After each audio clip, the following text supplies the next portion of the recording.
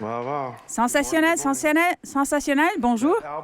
Cet album à propos est un album instrumental que Bethel Music vient de faire. N'était-ce pas une grande vidéo? L'album est incroyable. Je viens de l'acheter cette semaine. J'ai acheté celui de Kanye West. J'ai son album aussi. Oh oui. Fermez le dimanche, une de ses chansons. C'est moi, juste là, dans cette chanson. Fermez le dimanche. Vous devez l'écouter pour savoir ce dont je parle. C'est bon, je l'ai vraiment apprécié. En fait, je viens de voir que Kanye est à Lakewood avec Joel Osteen ce matin, donc c'est merveilleux. En tout cas, c'est un bon album. Ils me les donnent d'habitude, mais j'aime les acheter, alors je les achète de toute façon. J'ai une histoire à lire que je n'ai pas lue depuis des années. Elle est bonne. Elle est en fait censée être une histoire vraie, un peu comme cette grande citation d'Abraham Lincoln. Comme Abraham Lincoln a dit, ne croyez pas tout ce que vous lisez sur l'Internet. D'accord. À Mount Vernon, au Texas, le bar de Drummond a commencé les travaux d'agrandissement de son immeuble afin d'accroître son business. En réponse, l'Église baptiste locale a lancé une campagne pour empêcher le bar de s'agrandir par des supplications et des prières. Les travaux ont progressé jusqu'à la semaine avant la grande réouverture, lorsque la foudre a frappé le bar et que celui-ci a complètement brûlé au sol. Après que le bar est brûlé au sol à cause de la foudre, les membres de l'Église ont été plutôt fiers, se vantant du pouvoir de la prière, jusqu'à ce que le propriétaire du bar poursuivi l'Église au motif que l'Église a finalement été responsable de la disparition de son immeuble, que ce soit par des actions directes ou indirectes. En réponse à la Cour, l'Église a nié toute responsabilité ou toute connexion à la disparition du bâtiment. Le juge a lu la plainte du demandeur et la réponse de l'accusé. Lors de la première audience judiciaire, il a commencé « Je ne sais pas comment je vais décider celui-ci, mais il paraît des documents que nous avons un propriétaire de bar qui croit en la puissance de la prière et une congrégation d'églises entières qui ne l'en croit plus maintenant. » C'est juste trop drôle pour ne pas être vrai. Très bien. Ouvrez votre Bible au livre des Actes, chapitre 10. Actes, chapitre 10. Je pense qu'il a été déjà annoncé. Pardon. Je suis vraiment désolée.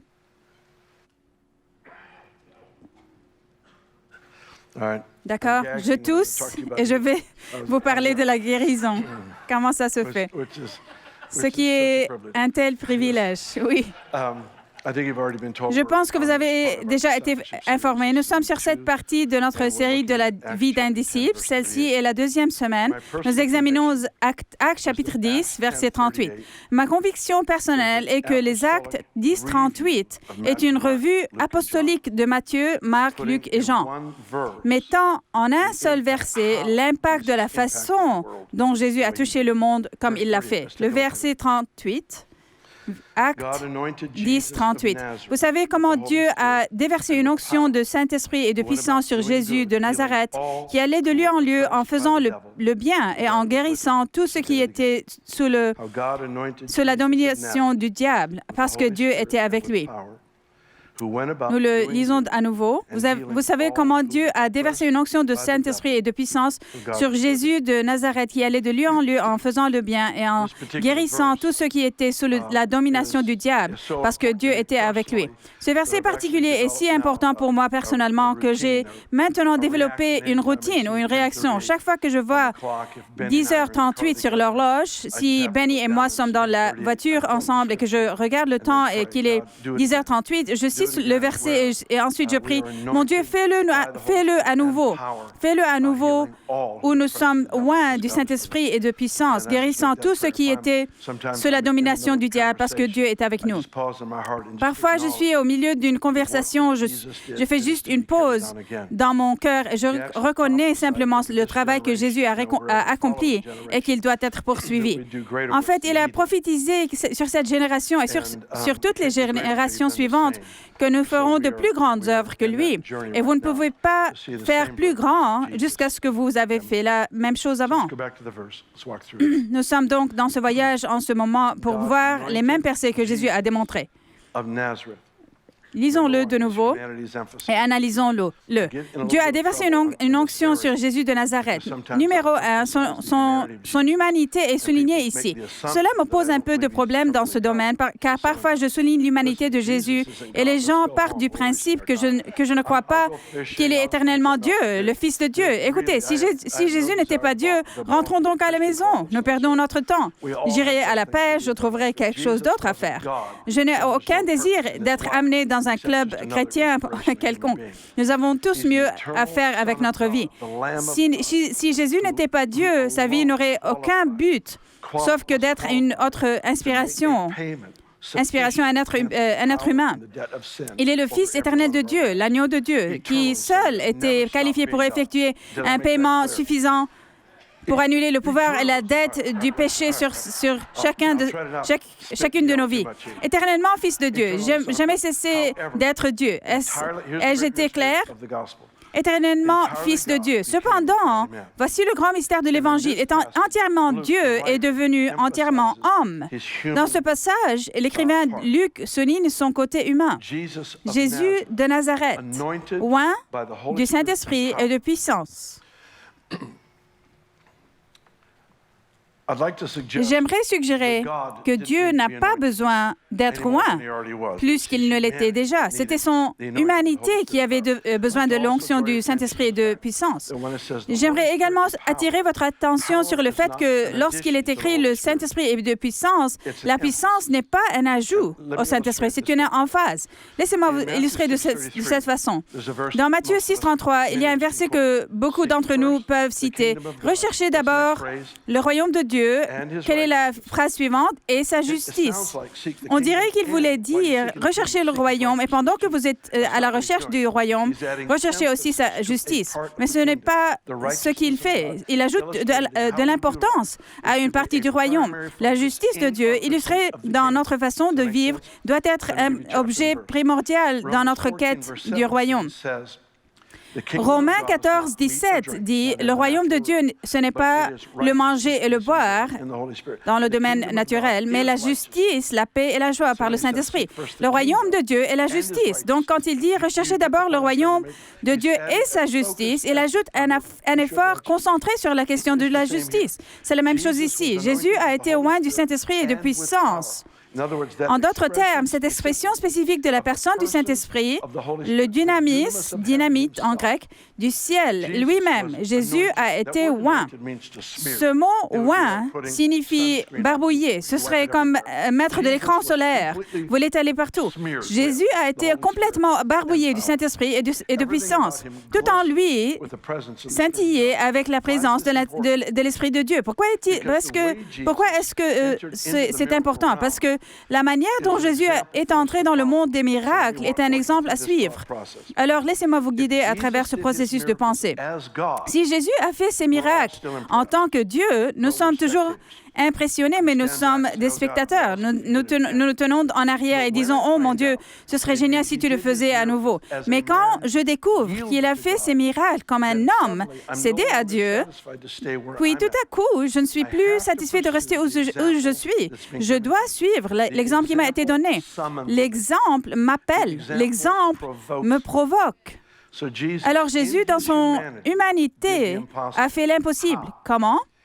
Il a fait parce qu'il a été oint du feu par le Saint-Esprit. Puissance. Qu'a fait le Saint-Esprit? Le Saint-Esprit révélerait ce que le Père faisait. Vous me suivez ici? OK, je vais essayer de me calmer dans un instant. Alors Jésus a dit, dans Jean 5 et dans Jean 8, il a dit, « Je ne fais que ce que je vois le Père faire, je ne dis que ce que j'entends le Père dire. » Je ne fais que ce que je vois le Père dire, je ne dis que ce que j'entends le Père dire. Comment a-t-il su que le Père faisait? C'est l'Esprit de Dieu sur lui qui lui a fait savoir ce que le Père disait et faisait, d'accord? Il est dit que Jésus a guéri tout ceux qui étaient sous la domination du diable. Tous ceux à qui le Père l'a envoyé ont été guéris à 100%. Et tous ceux qui sont venus à lui ont été guéris. Mais tous les malades de la planète n'ont pas été guéris. D'accord? Dans Actes 3, nous avons Pierre et Jean se diriger vers la porte appelée la Belle et ils voient un homme boiteux qui est là depuis des années. L'implication est qu'il était là quand Jésus a marché sur la terre, mais pour une raison quelconque, il n'a pas crié ou le Père n'a pas conduit Jésus à lui. Nous ne savons pas comment, mais nous ne savons pas pourquoi. Nous savons juste qu'il était vivant dans la même ville que Jésus quand Jésus guérissait les gens. Beaucoup de croyants font ce que je pense est une énorme erreur en créant de la théologie autour de ce qui ne s'est pas passé. Jésus n'a jamais enseigné sur des prières sans réponse parce qu'il n'en avait jamais eu. Il ne nous a pas appris comment gérer lorsque les gens ne sont pas guéris parce que cela ne s'est jamais produit avec lui. Vous ne pouvez pas donner de ce que vous n'avez pas. Il nous appelait, il nous attirait, il nous invitait à entrer dans un courant de vie, une pensée de ministère, nous faisons ce qu'il fait, ce qu'il a fait, c'est-à-dire où tous sont guéris.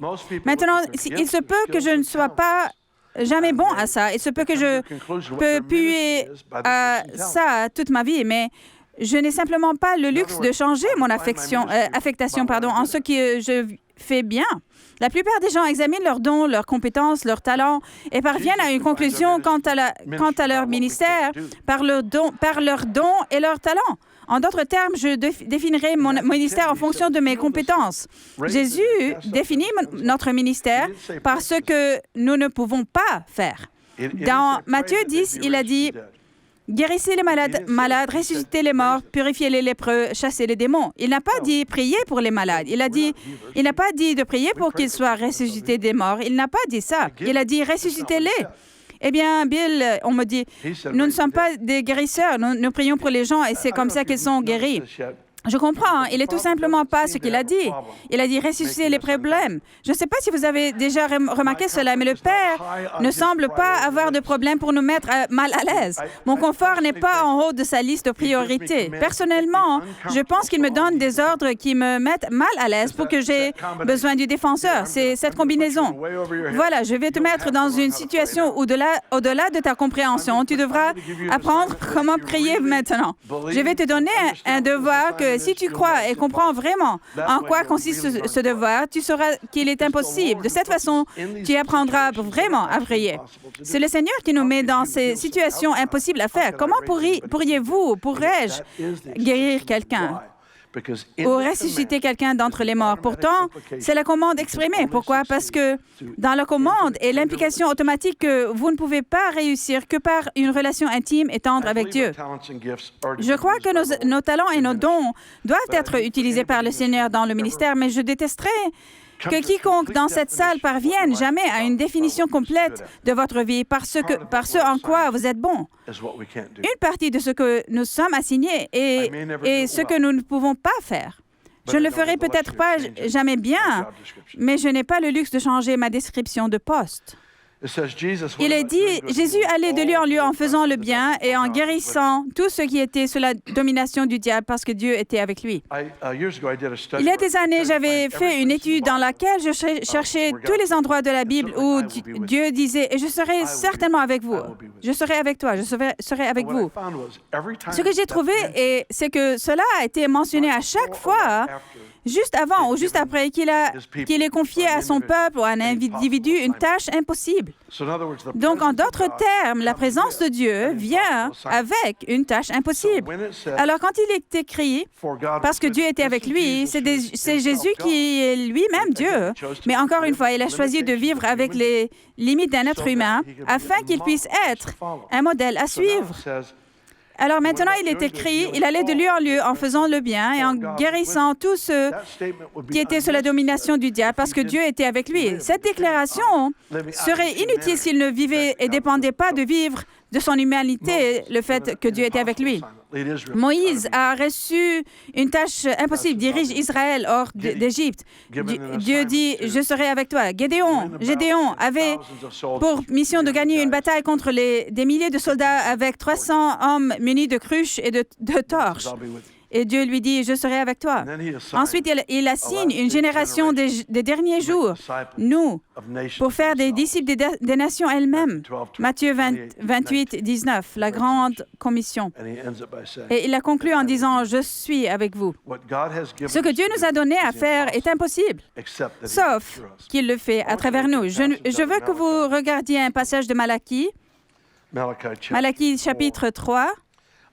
J'aime ce verset, c'est un peu humoristique seulement à cause de la langue, en anglais, au moins. La langue prophétique est drôle, vous savez, ça promet que vous allez grossir et ce genre de choses.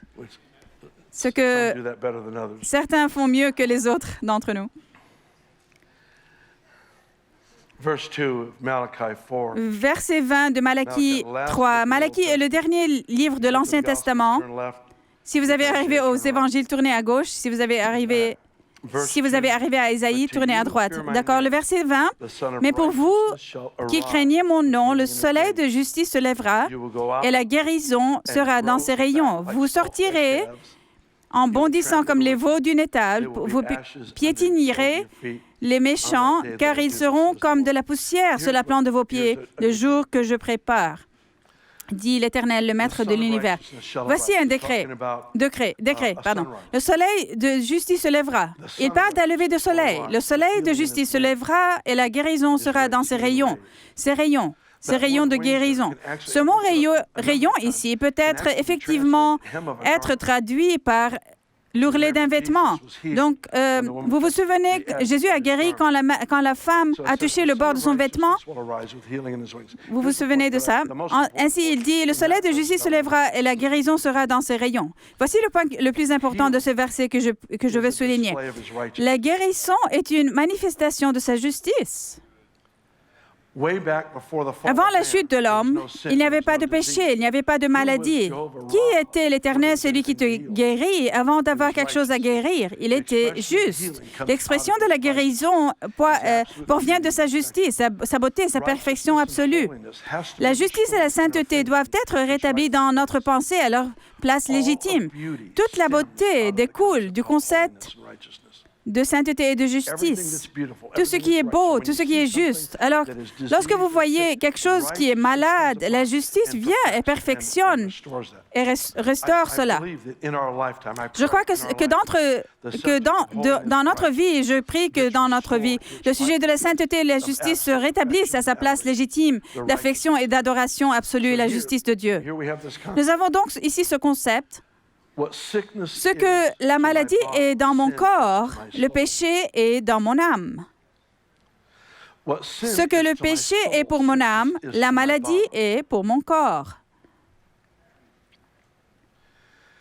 Il y a des centaines d'années, il y avait une division dans les groupes théologiques de l'Église, et je ne parlerai pas maintenant des raisons. Je comprends un peu ce qui s'est passé et pourquoi, mais je ne veux pas prendre le temps maintenant. Je vais juste dire ceci. Il y a plusieurs centaines d'années, il y avait une division à un point grave de la théologie dans l'Église. Et c'était ceci. Le mot « salut » désigne en fait lorsque je suis sauvé et pardonné du péché, mais il signifie également dans la nature du mot que je suis délivré de tourments et je suis guéri de la maladie. C'est dans le mot. Nous utilisons le mot sozo. Le ministère de sozo, c'est le mot qui veut dire salut en grec.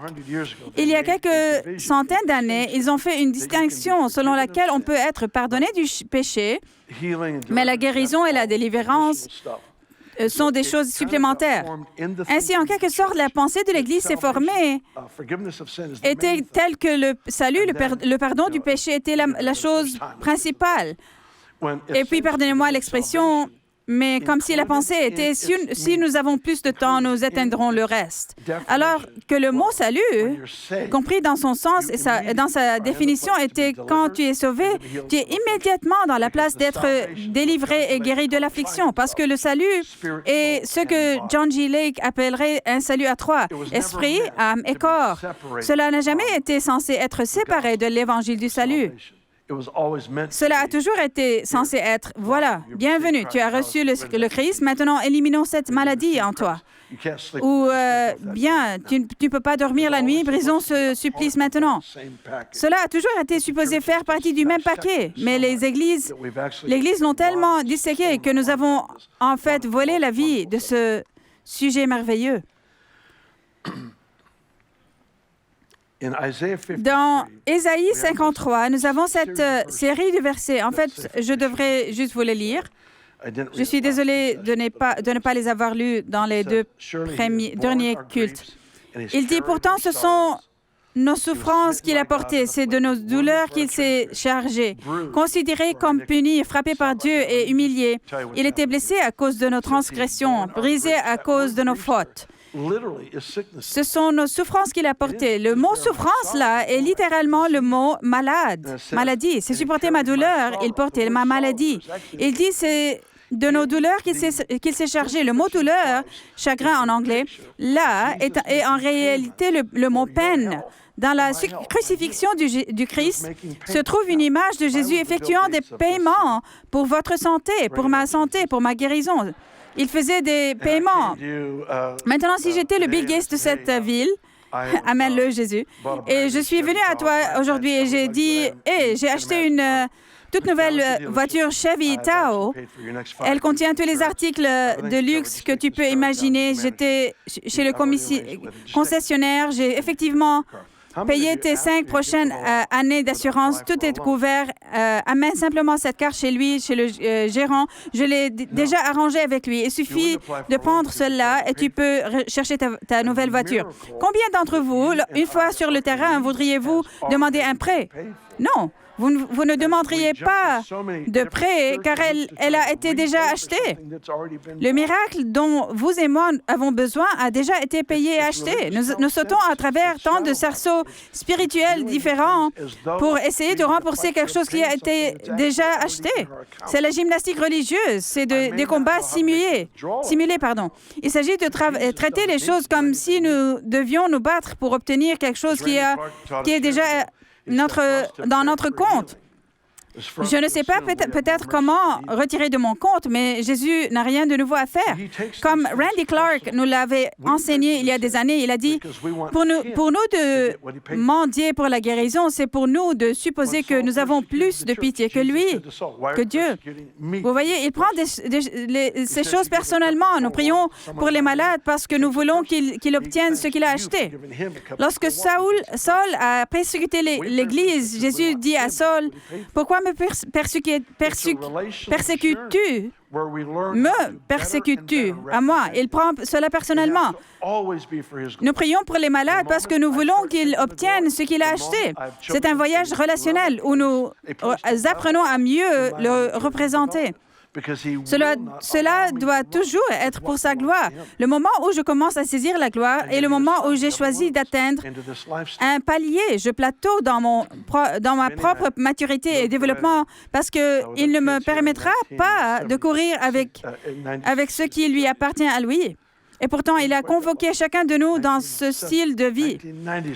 Benny et moi avons déménagé à Reading avec nos enfants ici en 1996. 1996. Allez, Bill, 96. Il y a 23 ans et demi. Après avoir été ici pendant un moment, nous avons commencé à ressentir ce feu dans nos cœurs pour commencer une école de ministère. Finalement, il devint clair que le moment était venu et j'ai rencontré Chris et je lui ai demandé de prier et de penser à nous rejoindre ici à Reading et nous aider à commencer une école de ministère. Cathy et lui l'ont fait, bien sûr, et ils ont prié et le Seigneur a vraiment confirmé cela. Quand il est venu ici, je pense qu'il avait 7 entreprises à cette époque et il est fermant pour nous rejoindre, mais cela signifiait qu'il avait beaucoup de dettes lorsqu'il ferma les entreprises.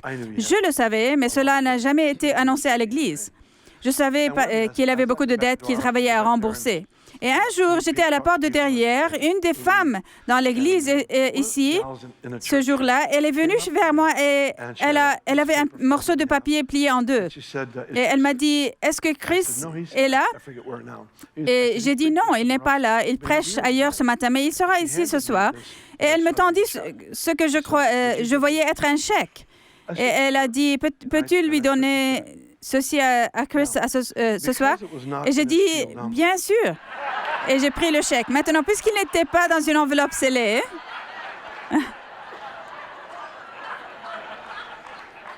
vous suivez mes pensées ici, n'est-ce pas? Comme ce n'était pas dans une enveloppe scellée, j'avais l'impression que c'était la volonté de Dieu, que je sache ce qui se trouvait sur ce chèque. Donc, je ne voulais pas l'ouvrir alors qu'elle se tenait là, parce que ce serait impoli. Vous savez, je suis une personne sensible. Elle sortit donc du hall et au coin, et dès qu'elle l'a fait, je l'ai ouvert comme ça, et j'ai vu 30 000 $. Et j'ai regardé, et c'était son nom, bien sûr. Je voulais m'assurer de cette partie, au cas où, vous savez. Nous avons quelque chose de confus ici. C'était son nom. Et j'ai pensé, c'est incroyable. Alors, je l'ai mis dans ma Bible. Et le soir est venu, et c'était l'heure de la réunion de prière avant le culte. J'étais là-bas quand Chris est rentré. Alors, je lui ai dit, « Hey, Chris, viens ici. » Et je lui ai dit, « Quelqu'un m'a donné ça ce matin pour te le donner. » Et il a regardé et a dit, « Est-ce que ça dit 3 000 $? » Je lui ai dit, « Non, 30 000 $. Pas 33 000, 30 000. » Chris a ruiné la réunion de prière. Il a fait le tour de cette réunion de prière en agitant ce chèque, montrant ainsi à tous ceux qui avaient les yeux à voir qu'il venait de recevoir 30 000 $. L'onction de prière s'est élevée à ce moment précis. Vous savez, il ne m'a jamais remercié pour tout cet argent. Parce que ce n'était pas moi qui a écrit le chèque. J'ai juste livré le chèque. Et lorsque vous priez pour les malades, vous livrez un chèque écrit par quelqu'un d'autre.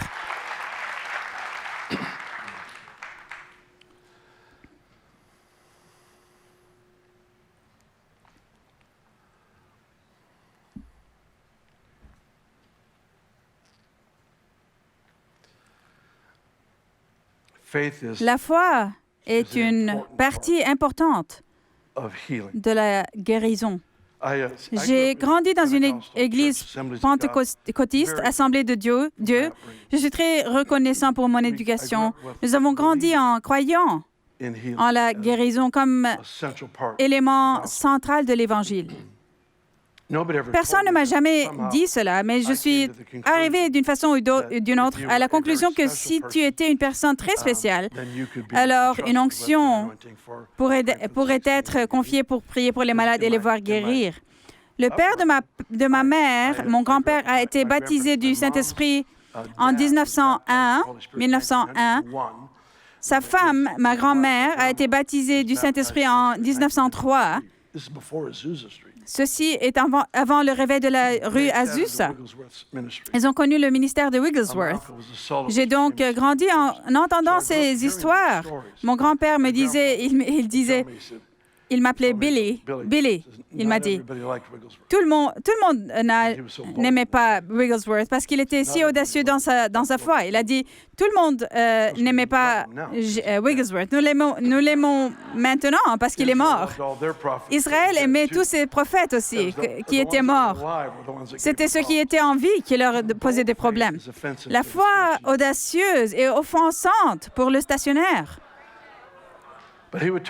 Mais il me parlait. Alors, j'ai grandi avec ça. Mes parents m'ont amené à voir Catherine Kuhlman à plusieurs reprises. C'était un moment fort. Nous avions l'habitude d'avoir Mario Murillo venait ici et prêchait au début des années 70, 71, 72, 73.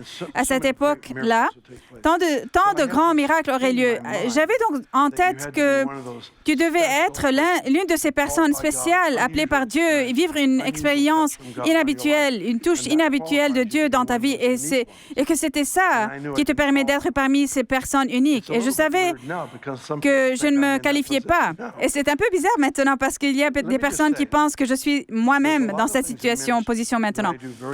Mais laissez-moi juste vous dire, il y a beaucoup de choses dans le ministère que je fais très naturellement. Je le fais depuis 40 ans, naturellement. Mais la guérison n'en fait pas partie. La guérison est une de ces choses que je dois me pousser à choisir à chaque fois. Elle ne coule pas naturellement. Elle coule en tant qu'une décision, un choix. C'est essentiel pour soutenir l'authenticité de l'Évangile. Donc, je choisis de le poursuivre à nouveau. La foi pour les miracles est une chose énorme, mais l'une des belles choses dans la façon dont Jésus a traité le sujet de la foi, c'est qu'il n'a jamais puni les personnes qui avaient une foi basse. Il ne les a pas punies en retenant un miracle. Il a adressé la petitesse de la foi. La plus petite mesure de foi que je puisse trouver dans la Bible est celle du type qui vient à Jésus dans Marc 9 et lui dit « Si tu peux, Jésus. » Si tu peux. Ça, là-bas, n'est pas la confession de foi la plus audacieuse. Mon Dieu, si tu peux gérer une demande de telle taille, alors s'il te plaît, aide mon fils. Alors, il vient avec cette foi qui manque d'oxygène. Il vient à Jésus. Et Jésus renverse les rôles et lui dit, si tu peux croire.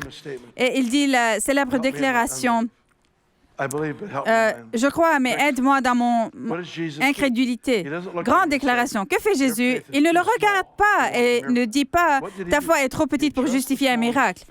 Qu'est-ce qu'il a fait? Il a abordé la petitesse de la foi afin que lorsque le gars vit un miracle, sa foi grandisse, sa confiance en la promesse, la nature et l'engagement de Dieu envers lui en tant que personne s'accélérait. Les miracles sont supposés accélérer notre foi. Jésus n'a pas refusé un miracle à cause d'une petite foi. Il abordait la question, mais fournirait ensuite le miracle comme lieu d'accès à une plus grande foi. Je me souviens, il y a tant d'années, j'étais dans une réunion. En fait, j'étais à Nashville et une dame est venue vers moi et m'a raconté son état. Elle a dit... Je crois que ce soir est ma nuit. Je crois que Dieu va me guérir ce soir. Maintenant, vous devez comprendre que j'ai entendu cette phrase, Dieu va me guérir ce soir, plus de fois que vous ne pouviez imaginer. Et je ne le dis pas d'une manière négative. Je veux dire, je suis heureux quand j'entends cela parce que je sais que les gens acceptent activement la parole de Dieu. Mais dans ce cas en particulier, quand elle s'est approchée de moi, elle a dit, je crois que Dieu va me guérir ce soir. Cela m'a assommé parce que je pouvais sentir la présence de la foi. Ce n'est pas une exagération. C'est ce que j'ai fait. J'ai reculé. Je pouvais ressentir physiquement l'atmosphère de la foi qu'elle avait. Maintenant, cela semble bizarre maintenant, mais je me suis reculée et je l'ai juste regardé et je l'ai examiné de la tête aux pieds, des pieds à la tête. Honnêtement, je voulais que chaque cellule de mon corps reconnaisse la présence de la foi. Je me suis reculée et je voulais que tout ce qui était sur cette femme me touche, esprit, âme et corps. Je voulais que tout en moi soit connecté à cette chose que je n'ai jamais vue à ce niveau auparavant. Jamais. Et j'ai reculé, mis les mains sur elle. Elle était assommée sur le sol pendant peut-être 20 minutes. Quand qu'elle s'est levée, j'ai dit « Qu'est-ce qui se passe ?» Et son état avait à voir avec son cœur et ses poumons. Et elle a dit « J'ai la poitrine en feu. » Elle avait un appareil médical, une pompe, qui lui injectait des médicaments directement dans son cœur, 24 heures sur 24, 7 jours sur 7. Tous les matins, à 7 heures le matin, elle changeait ce sac de médicaments. Donc, elle a ce fil qui va droit dans son cœur et qui pompe les médicaments. Elle revient la nuit suivante. Alors maintenant, cela fait 24 heures plus tard. Et je lui ai demandé, comment vas-tu? Elle a dit, eh bien, ce matin à 7 heures, le Seigneur m'a dit que je n'avais plus besoin de médicaments. Maintenant, les médecins lui ont dit qu'elle pouvait vivre, je pense que c'était 4 ou 6 minutes sans médicaments. Alors, elle a débranché la pompe. Ouf. Tu as 4 minutes pour savoir si tu as entendu Dieu ou pas. Oups, je suis là tôt au ciel. Désolé, j'espère que tu as de la place pour moi. Cela faisait réfléchir de l'entendre en parler. Alors la voici, il est maintenant 7 heures du matin, elle a débranché. Donc, c'est 9 heures du soir, elle témoigne à tout le monde dans la salle. Ce matin, j'ai enlevé la chose et le Seigneur m'a complètement guéri. Wow! Oui, gloire à Jésus. La foi est une chose glorieuse, une chose merveilleuse que tout le monde dans cette salle devrait cultiver. Les Écritures disent, sans la foi, il est impossible d'être agréable à Dieu. C'est tellement vital. Il dit aussi, tout ce qui n'est pas fait dans la foi est un péché. La foi est donc au centre de notre comportement, conversation, discours, pensée, idées, projets, tout cela. La foi doit être au centre. Nous avons donc ici cette question, la foi.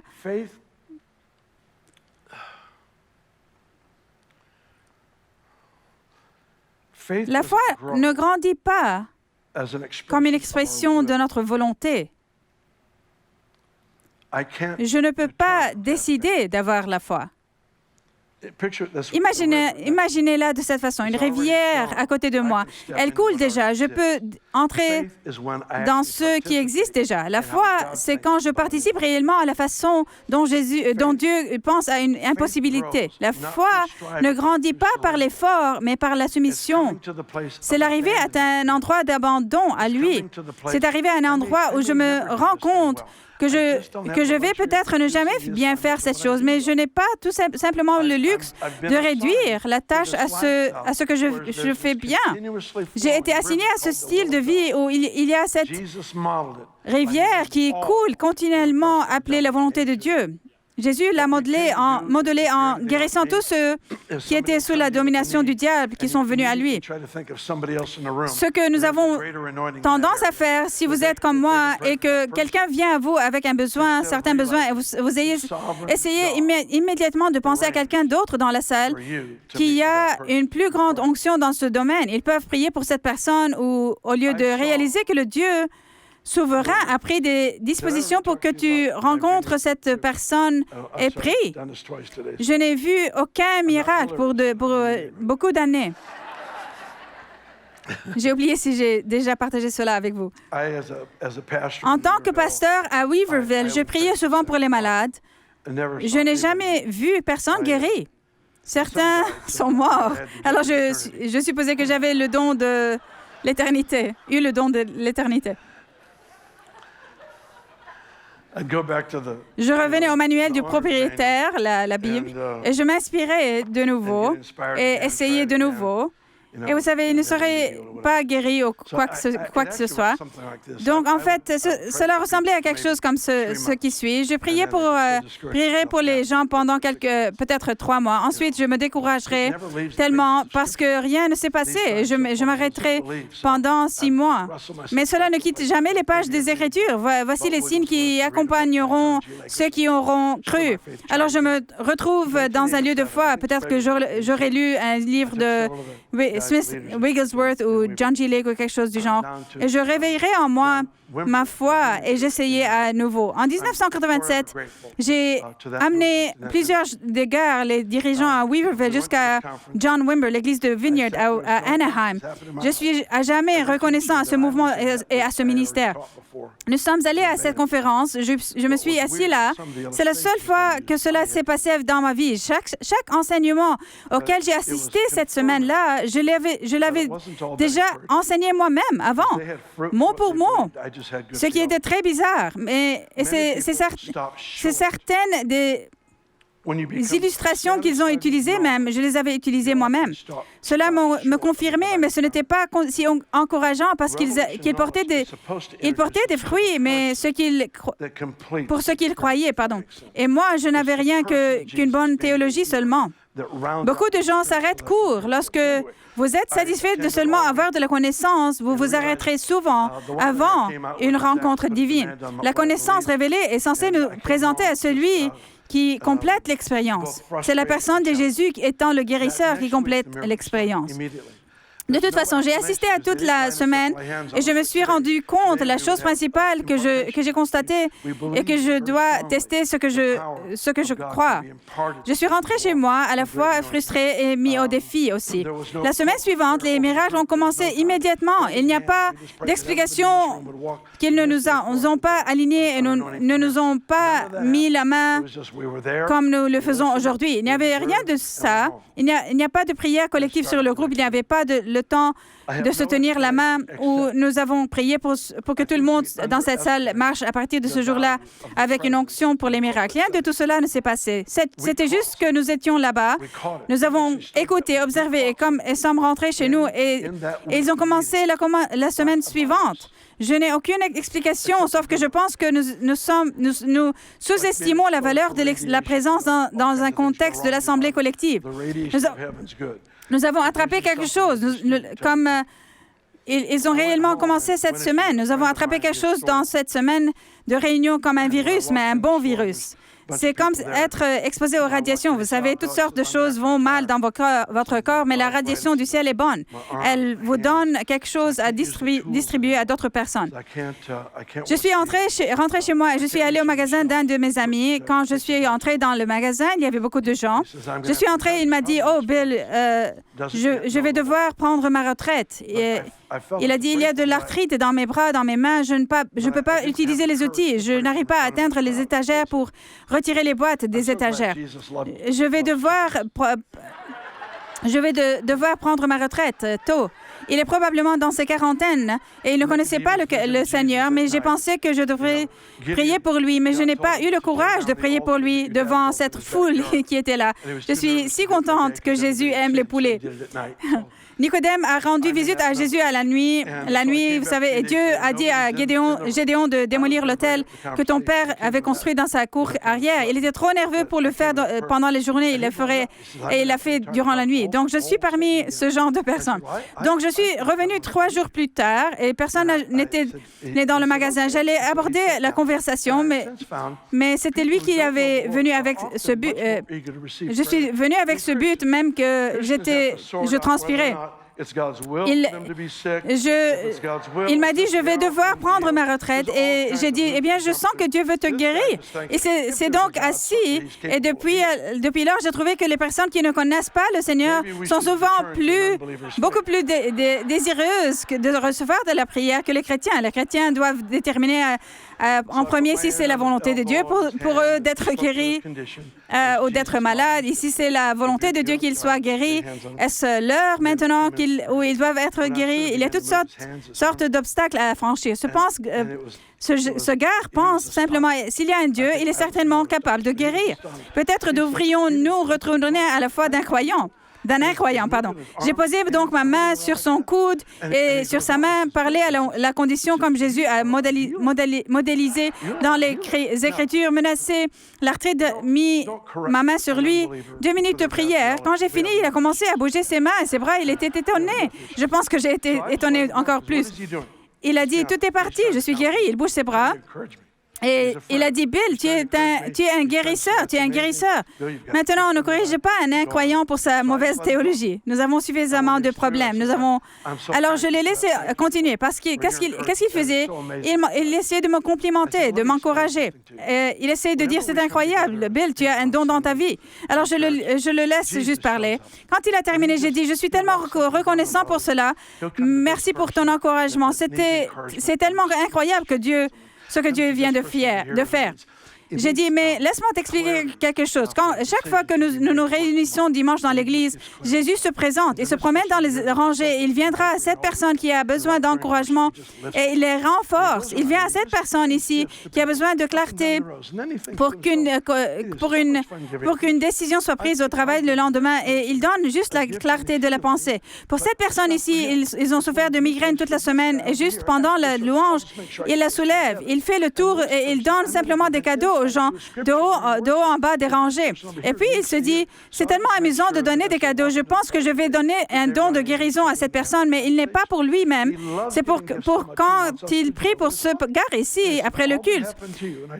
Je vais juste m'assurer que je mets ces deux ensemble. Cette personne, je vais lui donner un aperçu d'une écriture durant la louange que cette personne ici en a besoin d'entendre. Je vais donc simplement voir est-ce que, lorsqu'ils se dirigent vers la voiture aujourd'hui, ils se rencontrent et qu'ils ont cette conversation.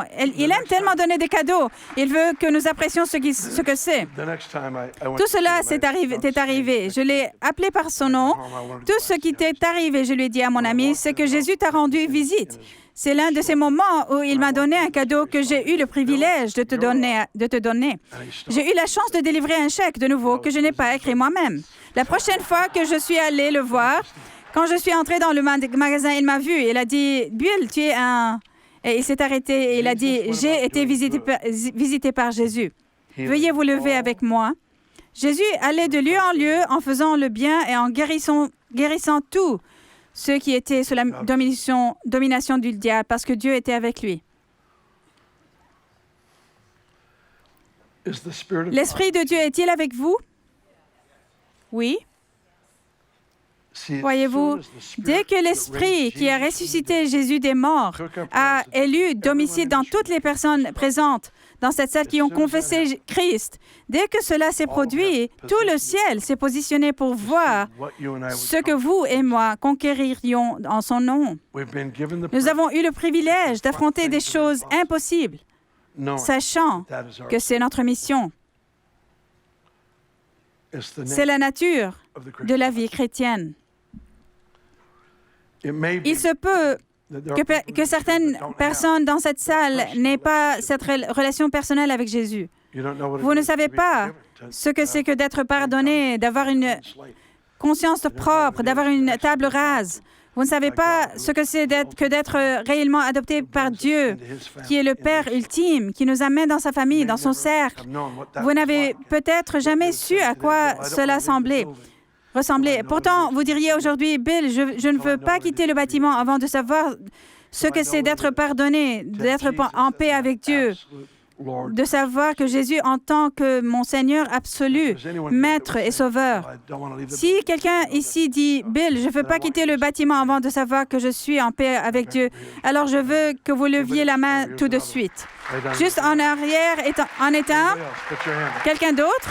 Il y a un autre là-bas et un autre. Wow! 5 ou 6 que je viens de voir. Wow! Bénis le Seigneur. Oui. Oui. Je vois celui-là aussi. Il y en a au moins 5 ou 6 qui lèvent la main. Voici un autre, oui. Un autre ici. Oui. C'est la chose la plus merveilleuse du monde. Je vais demander à ceux qui lèvent la main, il y a 6 ou 7 d'entre vous que je pourrais voir. Et tous ceux qui, en plus, diraient, je veux que ce soit moi aussi. Je veux que vous dirigiez ici vers ma gauche, s'il vous plaît. Ce sont des amis ici de confiance que nous avons. Et je veux que l'équipe du ministère vienne au même moment. Cela les aidera. Venez juste vers l'avant. Soyez bénis. Que Dieu vous bénisse. Si vous avez levé la main, venez tout de suite à ma gauche, s'il vous plaît. Venez par ici. Ces gens, avec leurs mains levées, sont là juste pour prier pour vous. Oui, je dois m'assurer que nous avons tous ceux qui sont venus. Peut-être, venez juste ici à ma gauche. Nous y voilà. Très bien. Nous en avons d'autres qui arrivent. Mon Dieu, belle Église, rendez grâce au Seigneur pour cela. Oui, faites-les marcher jusqu'au bout, s'il vous plaît. Oui, joli. En voici un autre. Il y a encore plus. Plus comme 8 ou 9 personnes. C'est merveilleux. C'est juste le temps de la récolte. C'est le moment de la récolte. Et Jésus fait venir les gens. Et je prie pour que aujourd'hui, ils obtiennent le salut du pardon et de la guérison et de la délivrance, parce que c'est ce que Jésus a fourni. Je veux prier pour vous. Père, je te remercie beaucoup pour le privilège d'être ensemble comme ça et les rappels que tu nous donnes de ce à quoi ressemble l'évangile de puissance, l'évangile de transformation, esprit, âme et corps. Je te demande que de ce rassemblement, tu lèves une armée, Seigneur, une armée qui lutterait pour les percées que seul Jésus a vues sur la terre. Que nous te glorifions encore une fois à travers notre soumission absolue à tes desseins. Nous prions ceci au nom de Jésus. Amen. Maintenant, si vous voulez garder votre place, s'il vous plaît, juste un moment, nous allons inviter les gens à avancer, à recevoir le ministère. Allons, remercions notre pasteur. Ce fut une très bonne parole.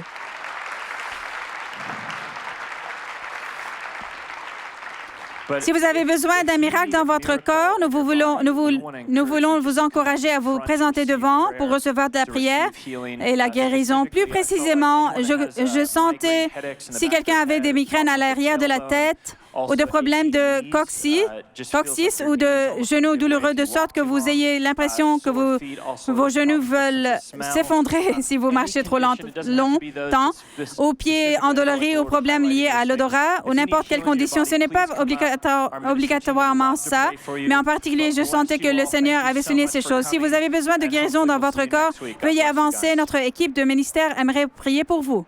Que Dieu vous bénisse, les amis.